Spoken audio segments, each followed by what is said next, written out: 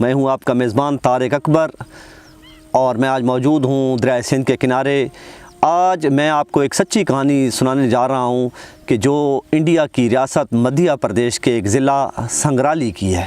سنگرالی کے ساتھ ایک گاؤں ہے بدھیلا، وہاں کا ایک شخص وی پی شرما ایک انتہائی چھوٹا سرکاری اہلکار تھا، اور وہ اپنے گاؤں سنگرالی سے واپس بدھیلا جا رہا تھا تو راستے میں وہ کیا دیکھتا ہے کہ ایک آدمی نے ایک رسالہ پکڑا ہوا ہے اور اس میں انڈیا کے پہلے صدر راجندر پرساد کے بارے میں ایک آرٹیکل چھپا تھا۔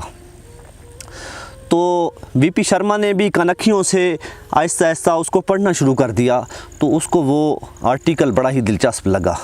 اس میں لکھا تھا کہ راجندر پرساد پہلے صدر تھے انڈیا کے، اور یہ 1950 سے لے کر 1962 تک انڈیا کے صدر رہے۔ بہت ہی لائق صدر تھے، اتنے لائق تھے کہ جب میٹرک میں ان کا جب پیپر تھا وہ چیک کرنے لگا تو اس نے ساتھ یہ کمنٹ لکھ دیا کہ جو پیپر دینے والا ہے وہ پیپر چیک کرنے والے سے زیادہ لائق ہے۔ اور ساتھ میں اینڈ پہ جو سب سے بڑی خوبی جو وی پی شرما کو اچھی لگی اور جس نے اس کی زندگی کو تبدیل کر دیا وہ یہ تھا کہ راجندر پرساد دونوں ہاتھوں سے بیک وقت لکھ لیتے تھے۔ تو راجندر پرساد کے یہ خوبی پڑھ کے وی پی شرما جو ایک چھوٹا سا سرکاری اہلکار تھا وہ بڑا ہی حیران ہوا، اور اس نے کہا کہ اگر راجندر پرساد ایسا کر سکتا ہے تو میں کیوں نہیں کر سکتا۔ تو اس نے آتے ہی وہ پہلے دائیں ہاتھ سے لکھتا تھا تو اس نے بائیں ہاتھ سے پریکٹس کرنا شروع کر دی۔ ریڈر ڈائجسٹ جو دنیا کا سب سے زیادہ پڑھے جانے والا رسالہ ہے، اس میں ایک سروے کیا گیا کہ دنیا کے تقریباً 87% لوگ رائٹ ہینڈ سے اپنے دائیں ہاتھ سے لکھتے ہیں اور 12% لوگ اپنے بائیں ہاتھ سے لکھتے ہیں، اور دنیا میں صرف 1% لوگ ایسے ہیں کہ جو دونوں ہاتھوں سے لکھ سکتے ہیں، اور ان کو ایمبی ڈیکسٹر انگلش میں کہا جاتا ہے۔ ایمبی ڈیکسٹر دراصل لاطینی زبان کے 2 لفظوں سے بنا ہے۔ ایمبی کے معنی ہے بوتھ یعنی کہ دونوں، اور ڈیکسٹر کے معنی ہے رائٹ کو کہا جاتا ہے۔ تو ایمبی ڈیکسٹر کے معنی ہو گئے بوتھ فیوریبل یا بوتھ رائٹ، یعنی کہ جو دونوں ہاتھوں سے لکھ سکیں ان کو ایمبی ڈیکسٹر کہا جاتا ہے۔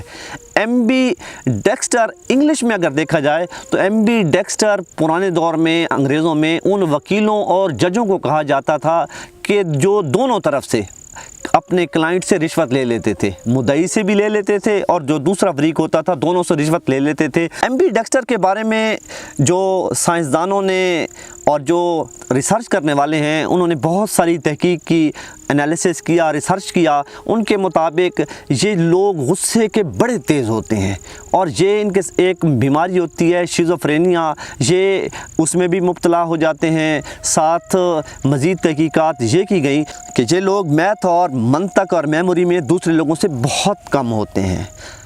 جو امپیریل کالج لندن ہے اس نے بھی اس پہ ریسرچ کی، تقریباً 8000 اسٹوڈنٹس پہ انہوں نے یہ ریسرچ کی، اور صرف 87 لوگ ایسے ملے کہ جو ایمبی ڈیکسٹر تھے، یعنی کہ دونوں ہاتھوں سے بیک وقت کام کر سکتے تھے۔